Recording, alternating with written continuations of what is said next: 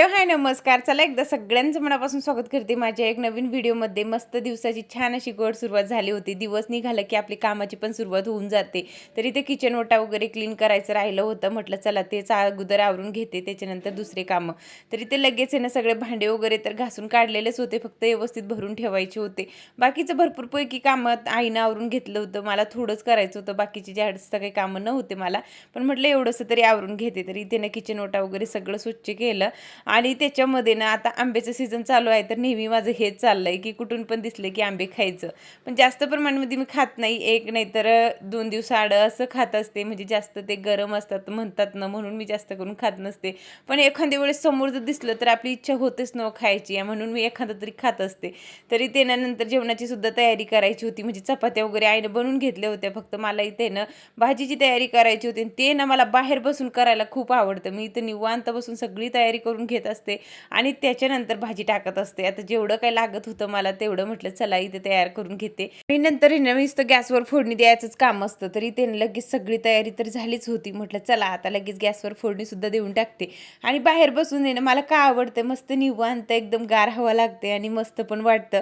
आणि घरात असं कोंबल्यासारखं वाटते, म्हणून मला असं वाटतं की बाहेरच जेवण बनवायला पाहिजे. पण सगळं शक्य नसतं, कधी लाईट नसते तर कधी असते, म्हणून मी बाहेर करत असते. तरी त्यानं लगेच भाजी सुद्धा मी टाकून दिली होती आणि त्याच्यानंतर राहिलेले कपडे धुवायचे होते. आता कपडे आईनं अर्धे धुवून घेतले होते, अर्धेच राहिले होते, तेवढेच मला धुवून घ्यायचे होते. लगेच इथे कपडे वगैरे सुद्धा धुतले.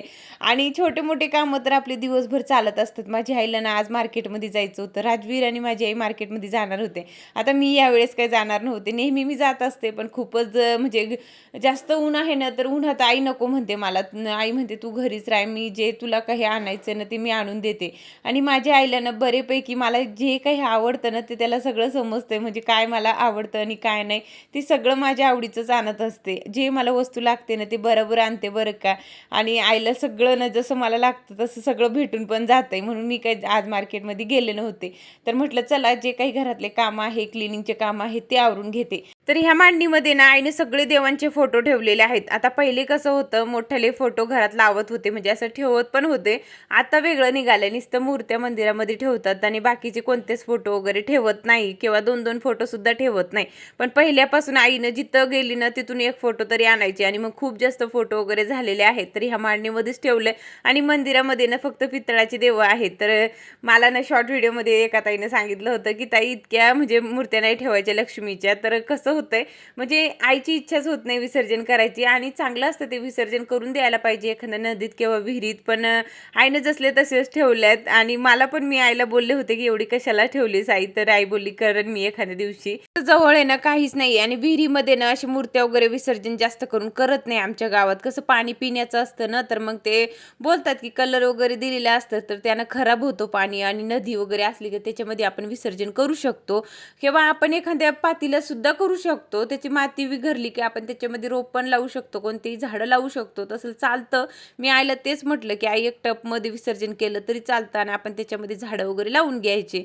तर आई बोलली नक्कीच तसं मी करेल, पण आता सध्या नाही. मला जे काही कामं आहेत माझे ते करू दे. तर इथे ना राधाकृष्णाची ही मूर्ती आहे बघा, एवढी आवडलेली मला. पण म्हणतात ना देव न्यायचे नसतात आईच्याकडून, नाहीतर मी आणलीच असती. आणि ह्या मांडणीमध्ये ती बसत नव्हती, इतकी सुंदर वाटत होती ना, खूपच छान. तर म्हटलं चला जिथे होती तिथेच ठेवून देते. एक एक करून सगळे फोटो मी पुसून काढले आणि व्यवस्थित मांडणीमध्ये लावून पण दिलेले. आता मला ना तुम्हीच विचारलेलं की ताई तुम्ही राधास्वामी आहेत का. तर हा प्रश्न मला मागं पण विचारलेलं की फोटो दिसल्यावर कोणाला पण प्रश्न पडतंच. म्हटलं चला आज मी फोटो पण बघितलं आणि एडिटिंग करत होते, तेव्हाच माझ्या लक्षात आलेलं की चला सगळ्यांना सांगायला पाहिजे. तर माझी आईनं म्हणजे राधास्वामी त्यानं गुरु केलेलं आहे, ते नेहमीनं तिथे जातात आणि त्यांचं गुरुच ते आहे. आणि मी नाही बरं का, म्हणजे माझे जे सासरकडचे आहेत ना ते नुसतं नॉनव्हेज खातात. मी तुम्हाला सगळं सांगत असते नेहमी की त्यांच्याकडचे ना सगळे नॉनव्हेज खातात, तर ते राधास्वामी करू शकत नाही. म्हणजे जे राधास्वामी करतात, म्हणजे जे गुरु करून घेतात ना त्यांना, तर त्यांना नॉनव्हेज वगैरे काही चालत नाही. आता माझी आई पहिल्यापासून खात नाही, म्हणजे लहानपणी पण कधीच नाही, त्यांना धक्का सुद्धा लावलेला नाही, म्हणून त्यानं ते गुरु केलेलं आहे.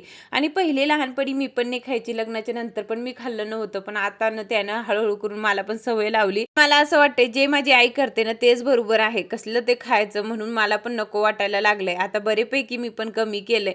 आणि पहिले कसलंच नाही खायचं ना तेव्हाच बरं होतं असं वाटत होतं मला. तर उगाच आपण थोडं खाल्लंय आणि त्याच्यानंतर आता सोडतोय. आता अर्धा वाटत मी सोडते. माझी माझ्या आईचं तर खरंच खूप चांगलं आहे, त्यानं पहिल्यापासून धक्कासुद्धा लावलेला नाही आहे. तर असं माझी आई राधास्वामी आहेत, आम्ही नाही आहे, माझे सासरकडचे सगळे खातात. तर इथे ना मिरच्या वगैरे खुडून ठेवायचे होते, म्हणजे माझ्यासोबत मला न्यायचे होते. आता किती छान मिरच्या आहेत ना, विकत आणायला गेलो आपण तर किती महाग भेटते ना, पण मला आईकडून सगळं भेटून जातंय. तर इथे ना मला एवढ्या मिरच्या माझ्यासोबत न्यायच्या होत्या. आता मला मसाला वगैरे काही करायचं नाही, माझ्या मागच्या वर्षीचं भरपूर पडलेलं होतं, पण थोडंसं कुटा मला पाहिजे होतं, म्हणून आहे ना मी एवढ्या मिरच्या नेतीये. तर एवढ्या मिरच्या मला भरून आता पिशवीत भरून ठेवायचे होते आणि मग कधी पण गेले तर टेन्शन नाही. आई बोलली, "तुला जेवढं लागतंय ना तेवढं तू व्यवस्थित काढून ठेव." तर तेच माझं इथं चाललं होतं आणि मस्त पावसाचं वातावरण पण झालं होतं. तर बाहेर खरंच खूप छान वाटत होतं. म्हटलं चला हे काम पूर्ण झाल्यावर ना टेन्शनच राहणार नाही. बाकीचं सगळं माझं आता भरून झालेलं आहे. तर जे काही मोठ्याल्या मिरच्या होत्या ना ते वेगळे केल्या आणि जे बारीक मिरच्या आहेत ते वेगळे केल्या. आता आईनं पहिलेच करून ठेवले होते अर्धे, अर्धे मी करून ठेवले. तर चला आता मी इथंच एंड करते. बाय.